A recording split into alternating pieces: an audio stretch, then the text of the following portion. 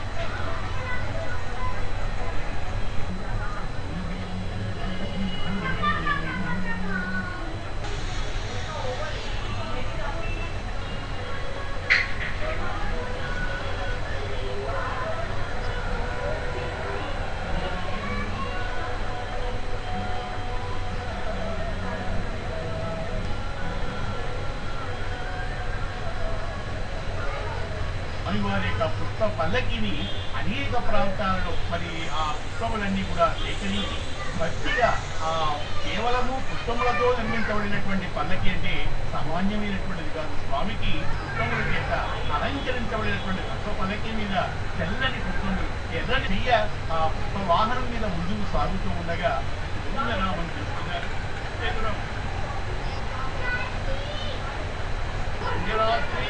ఏరుడైనది ఈ ప్రాంతం భక్తి ఛానల్ ద్వారా ఈ సుందరమైన దృశ్యాన్ని మరి అశేష భక్తజన సందోహము చూసేటువంటి అవకాశం కలగటం మరి పూర్వజన్మ సుకృత విశేషంగా మనం భావన చేయాలి.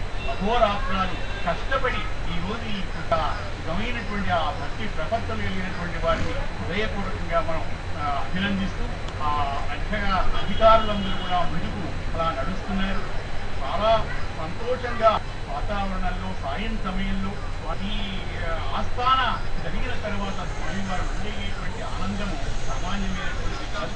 ఆ పల్లకి అనేక రకాలైనటువంటి పుష్పముల చేత అలంకరించబడి స్వామివారు ఆంజనేయ సుందరకాండలో ఆంజనేయ స్వామిని దర్శిస్తూ ఆ పుష్పములన్నీ కూడా స్వామివారి మీద పడతాయి. ఆ కొండ మీద చెట్లన్నీ కూడా పూలవాన కురిపిస్తే ఆంజనేయ స్వామివారు పూలతో నిర్మించిన కోటిలాగా ఉన్నారా అని వర్ణిస్తారు.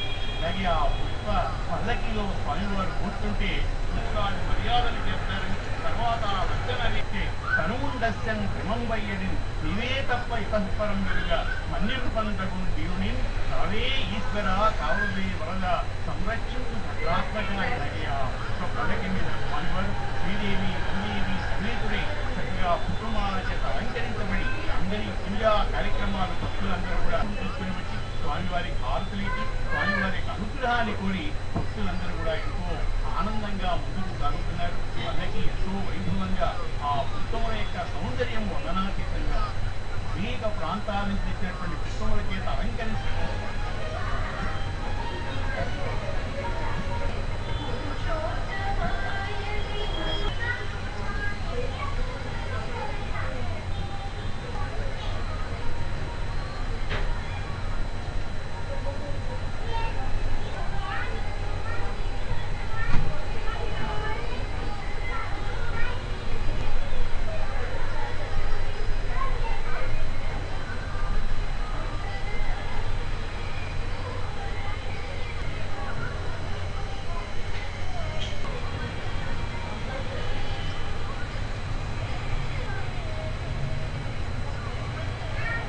ఆనందాన్ని మనకు పంచిపెడుతున్నారు.